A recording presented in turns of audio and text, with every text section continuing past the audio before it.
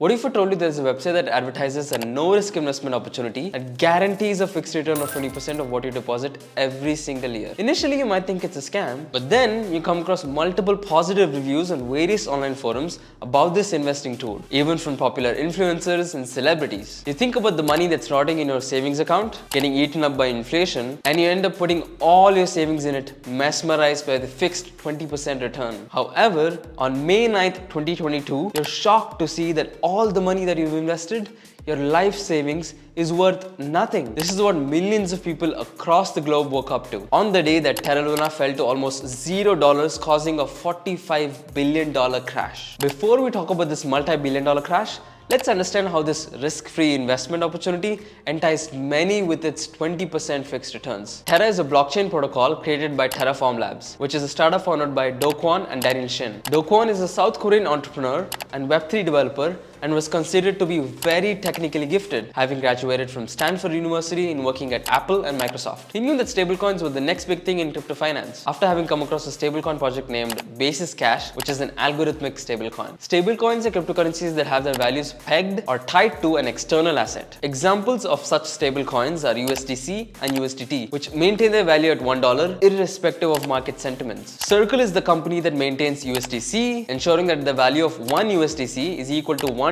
by having each USDC token physically mapped to $1 in its reserve. Depending on how the value of each token is kept at $1, stablecoins are typically categorized into fiat-backed, crypto-backed, commodity-backed, and algorithmic. These are 4 types of stablecoins. While the first 3 ensure the stability of the coin by being backed by some physical assets, algorithmic stablecoins maintain a consistent value with the help of an algorithm. These algorithms usually link 2 coins, the stablecoin and another token, and adjust their prices depending on the supply and demand of the investors. If you didn't understand any of this, just know that the value of each token in any stablecoin is supposed to be constant at all times, usually $1. Terra has its own algorithmic stablecoin called TerraUSD and its own token called Luna. The price of USD is algorithmically kept stable with the help of arbitrage trades in Luna. As USD is not backed by any physical asset like how USDC is, there's no need to trust any central authority like Circle to ensure that every token is backed by US dollar. So UST proved to be a stablecoin that offered both decentralization and price stability, at least in theory. Despite this decentralization, it's hard to convince people to hold USD and use it for transactions because it's not backed by a real-world physical asset. So to tackle this, Terra planned on providing some utility that other stablecoins did not offer through its Anchor protocol. Terra's long-term goal was to a thriving ecosystem of financial applications on its blockchain with real-world payment integrations. To increase USD adoption among the masses, Terra incentivized USD holders with high yield returns. They implemented this through the Anchor protocol, which offered 20% returns on holding USD. This exploded quickly and people thronged to get a chunk of the juicy returns. At its peak, USD had over $18 billion in circulating supply, and Anchor protocol had over $15 billion in total value locked. To fortify the Terra ecosystem, Terraform Labs created the Luna Foundation Guard, a non-profit foundation made to defend the peg of USD. LFG bought over $3 billion worth of Bitcoin to build up resistance to unexpected shocks, and also had plans to expand that reserve to around $10 billion.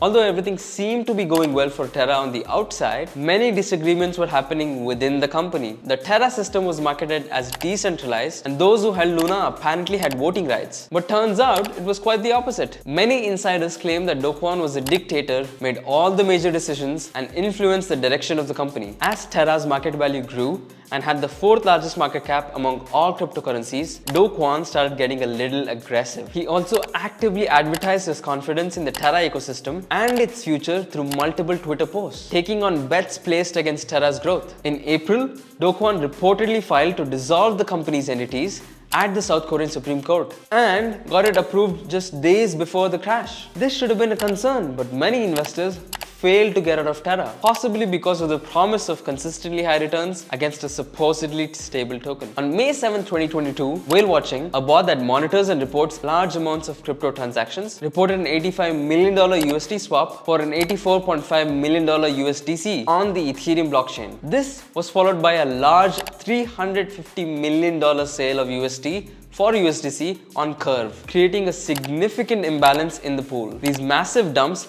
triggered a shift from the $1 peg, and a further couple of USD dumps were enough to set the panic among investors. Luna too started falling from $80 due to inflation as more and more Luna tokens were being minted in an attempt to stabilize the peg on UST. On May 8th, right after USD touched its all-time low of $0.985, the LFG announced an emergency loan of $1.5 billion to restore the peg to USD. However, this does not work and the debt spiral continues on both UST and Luna. This depegging worried many investors and the price of Luna began to fall well below $1, causing widespread panic. On May 12th, the Terra blockchain halted transactions twice after witnessing significant dips in the price of Luna, which threatened the security of the network. And soon enough, multiple exchanges like Binance and OKX ended trading of Luna and USD after USD lost its peg and Luna slumped more than 99%. Do Kwon took to Twitter to apologize to all the investors and mentioned that he's heartbroken by the chain of events. He also proposed to create a new stablecoin by forking the existing Terra ecosystem, but was received with negative criticism. The new blockchain was named Terra 2.0 and its coin was Luna 2.0. But right after the launch of Luna 2.0, its price fell from its all-time high of $19.55 and right now it sits around $1. Although there are still some apps being built on Terra,